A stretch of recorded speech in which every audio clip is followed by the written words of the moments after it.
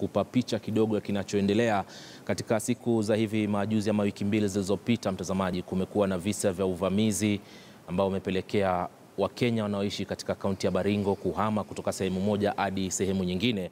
Uvamizi ambao ulichangiwa zaidi na utovu wa usalama katika sehemu hiyo. Kumbuka ni sehemu ambayo kulingana na mwenyeji wake ambaye tayari niko naye hapa, mbunge wa Tiaty kutoka kaunti ya Baringo, anasema ina historia ndefu ya utovu wa usalama. Lakini kwa nini iwe hivi katika karne ya leo?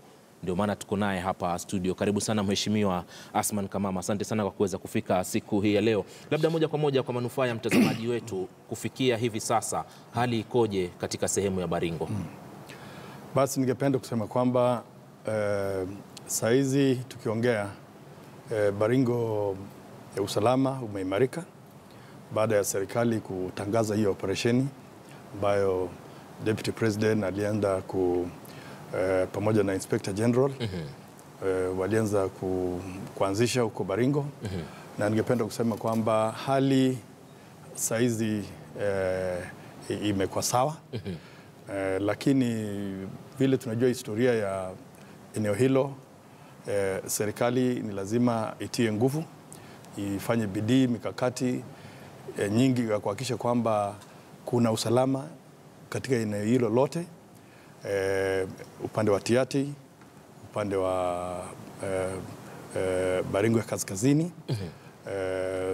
na pia upande wa Baringo ya kusini. Ningependa kusema tangu hiyo operesheni imeanza, mambo yametulia, lakini hatuwezi kuchoka.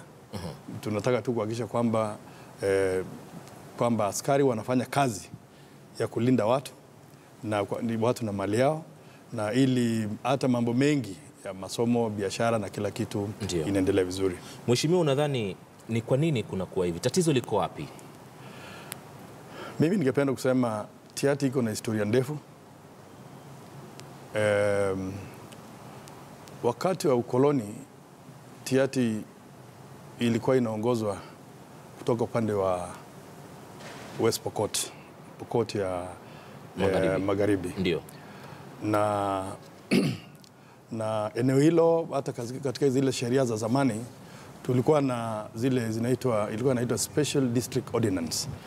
Zile areas ambayo ukitaka kutoka upande huo lazima uwe na kitu inaitwa pass. Kwa hivyo hata mkoloni alihakikisha kwamba eneo la Tiaty linabaki nyuma. Nakumbuka wakati wa ukoloni kulikuwa na shule moja, Nginyang DEB, na tangu sasa tupate huru mambo ya masomo haikutiliwa maanani, na maendeleo kwa jumla. Ndio. Na ningependa tu kusema wale viongozi ambao walikuwa hapo mbeleni hawakutilia maanani sana masomo. Hivi kumaanisha serikali zilizopita hazikutilia maanani kabisa. Hivi sasa tuna serikali za kaunti hazijasaidia pia.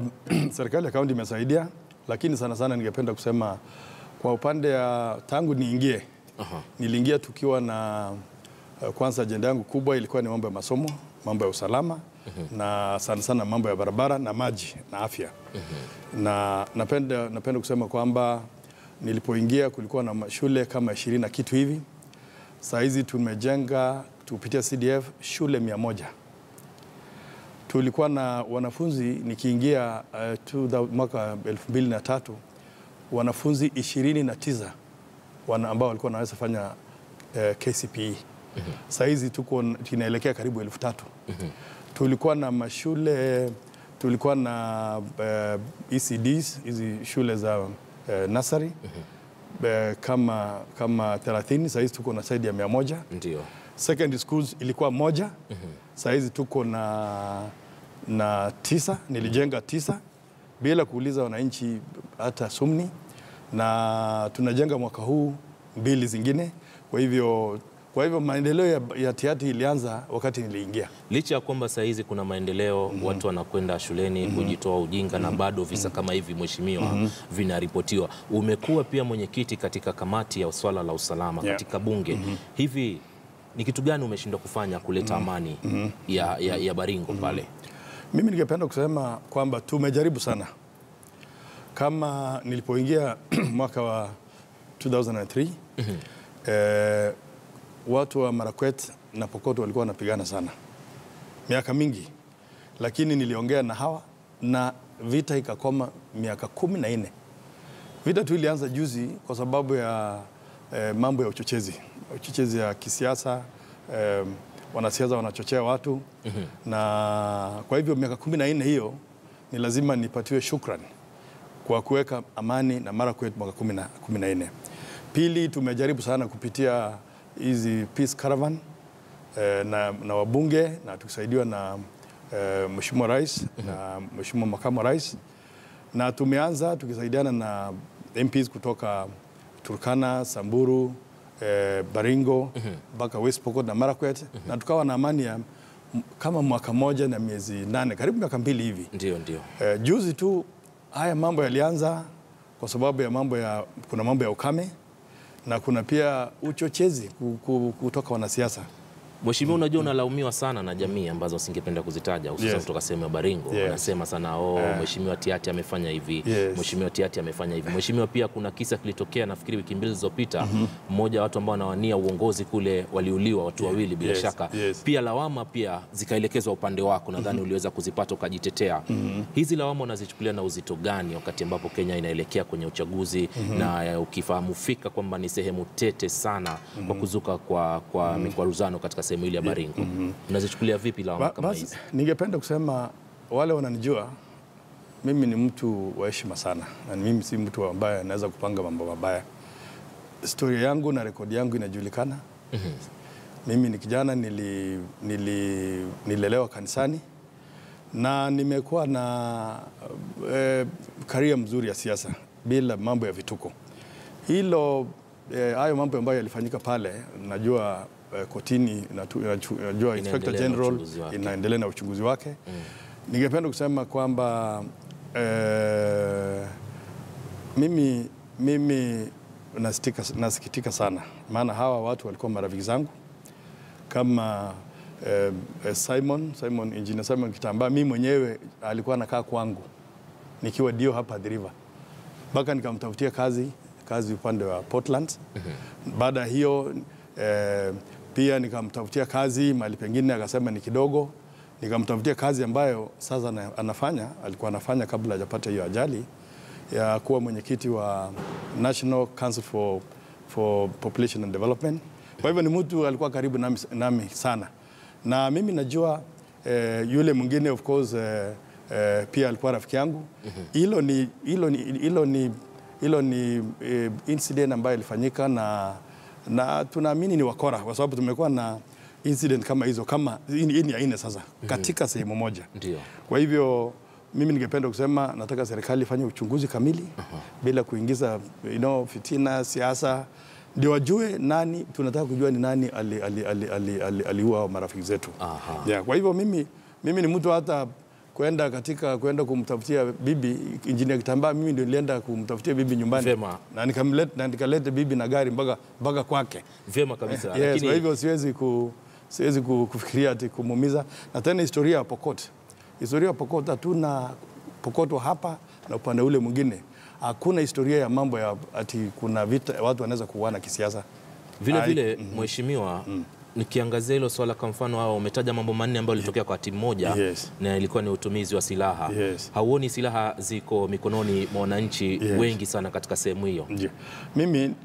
Mimi ningependa kusema kwamba sehemu hiyo yote, tunasema kwa Kiingereza gun belt, hiyo ni area karibu na Suguta Valley. Ndio. Na kuna mabunduki na serikali inajua, na tumekuwa na mpango ya kuambia wananchi wafanye kitu inaitwa registration.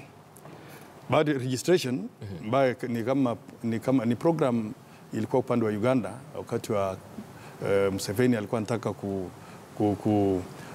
kuleta amani kati ya Karamoja na wale neighbors zao. Hiyo tumeanza hiyo, na mimi nakueleza area hiyo kuna mabunduki, lakini si Tiati peke yake, hiyo eneo yote iko na mabunduki. Na serikali tumeeleza serikali wafanye registration ya hii, then wananchi wapatiwe wale home guards ama KPRs ili waweze kusaidia wananchi. lakini mpango, of course, serikali iko na mpango ya kama ni disarmament ama kunyang'anya watu mabunduki, lakini katika eneo hilo lote si Tiaty peke yake. Aha, yes. Ifanye kwa pande zote zote. Na hili swala la wizi wa mifugo mheshimiwa, wewe mwenyewe tupe maoni yako, unalionaje na kwa nini linakuja katika msimu fulani, labda wakati tunapoelekea kwenye uchaguzi ama saa nyingine unakuta kutoka kwa jamii ya Pokot, mara nyingi ni wakati wanakwenda kwenye masuala ya kufungamana ama kama ni ndoa na vitu kama hivyo, unakuta hili swala linakuwa linazidi sana. Je, ni biashara ama ni nini? Mimi ningependa kusema kwamba mambo ya wizi ya ng'ombe katika statistics huwa inafanyika around katika Disemba, mwezi wa 12 na mwezi wa 4, wakati wa kiangazi. Wakati wa kiangazi statistics, hesabu inaonyesha kwamba hiyo ndio wakati iko juu. Hawa wezi wa ng'ombe wanafikiria katika wakati wa Disemba ama mwezi wa 12, wanafikiri serikali haifanyi kazi sana, watu labda wameenda Christmas ama nini, so wanabahatisha, lakini hiyo ndio wakati. So kwa hivyo tungependa katika mwezi wa 12, mwezi wa 3, mwezi wa 4, wakati tuko na kiangazi, ningependa serikali, askari wawe tayari kabisa, kukabiliana nao wezi. Hiyo ndio wakati, lakini wakati nyingi utasikia tu wameiba hapa, na kama juzi sasa wakati tulikuwa na hiyo incident ambayo vijana wengi walivamia upande wa Tugen. We really regret, tunasema pole sana. Hiyo mambo ilifanyika, lakini ni kwa sababu ya uchochezi. Ningependa pia serikali angalie kwa makini, waangalie hata simu ya wale viongozi ambao wanachochea. Maana mimi niko na historia, mimi siwezi kuchochea. Maana nimekuwa pale na hakuna siku niko na historia kuchochea ama ya kuumiza mtu yote. Mimi niko na nidhamu. Mheshimiwa, lakini kumbuka pia wenyeji kule wanakushuku kwamba kwa namna moja ama nyingine, wewe kama kiongozi pia unashiriki katika kuchochea, kuleta mambo ya uchochezi na hata kutokea kutoka mambo mengine, hususan wakati huu tunapoelekea kwenye uchaguzi hivi sasa. Niko na historia and unaweza kufanyia uchunguzi hata mpaka mwaka 2003, mambo ya uchochezi siwezi kufanya. Kwa sababu zamani mimi kabla sijaingia hapa nilikuwa ofisa wa serikali. Nilifanya katika administration ya Mzee Moi. Na niko na training ya kutosha ya kuhakikisha kwamba raia wanachungwa. Ukichochea itaharibika. Na itaharibika hata zaidi ikifanywa na wanasiasa. Kwa hivyo ningependa pia kuuliza wanasiasa katika wale wanatoka Tiaty na Baringo kwa jumla kwamba tusichochee wananchi. Maana ukichochea watachukua sheria kwa mikononi mwao na watalete uhasama. Kwa hivyo ningependa kusema tunamalizia mahojiano yetu na siwezi kukuacha bila kukuuliza. Mwaka 2017 saizi tunaelekea kwenye uchaguzi. Mheshimiwa Asman Kamama, unawania kiti gani hivi sasa? Mimi nawania kiti cha ubunge. Unataka kupanda daraja, labda usonge mbele zaidi hapo, seneta? Kuna hesabu inafanywa. Kuna hesabu, nikitaka kiti cha governor nitafikiria mwaka huo mwingine, lakini wakati huu niko na haja ya kiti cha ubunge. Na baada ya 2022 nitafikiria la kufanya kama kusaidiana na Mheshimiwa Deputy President katika serikali yake hiyo ingine, lakini wakati huu nataka kiti cha bunge ndio naitaka. Na kwa ujumbe wako kwa wakazi hasa katika maeneo ambayo yameathirika na hizi fujo zinazoendelea Baringo, unawaambia nini wakazi sehemu hiyo? Mimi kwanza mimi ningependa kusema kwamba kwanza tunasema pole ile ilifanyika. Tulipoteza watu wengi katika jamii ya Watugen. Tulipoteza kuna Wapokot pia ambao waliumia kama sana au wanasiasa. Tungependa pia kusema pole kwa hata yule mwalimu. Kuna mwalimu aliwawa huko na tunafikiria baada ya kuwawa huyo mwalimu, nafikiri ndio mambo mengi yalianza kutokea. Kwa hivyo mimi nasema pole, na tunasema kusema serikali ifanye uchunguzi kamili kwa wale wanasiasa tuliwapoteza. Tusichanganye na mambo ya siasa, tutafute mpaka tupate mkora. maana tusipopata wakora watapata nafasi tena ya kurudia na kupiga watu wengine. Asante sana Mheshimiwa Asman Kamama. Pia tuna imani kwamba kamati yako ya bunge kuhusiana na usalama itapata fursa pia kuzuru na kufanya uchunguzi wake kuhusiana na tatizo hili. Pia kabla sijamaliza ningependa pia kusema ile operesheni ambayo inaendelea. Najua operesheni inaendelea, sisi viongozi hatupingi, bora hiwe na ifanywe kwa with the human face, kwa utu, na ifanywe pia kisheria. Singependa kusikia mambo kama yale nilisikia leo. Kuna huko mahali inaitwa Chepkalacha, kuna manyumba yalichomwa na askari. Kuna ng'ombe, kuna wanyama walipigwa marisasi, na hiyo unajua askari yetu wanapatiwa training, masomo ya kuchunga mali na maisha, sio kuharibu.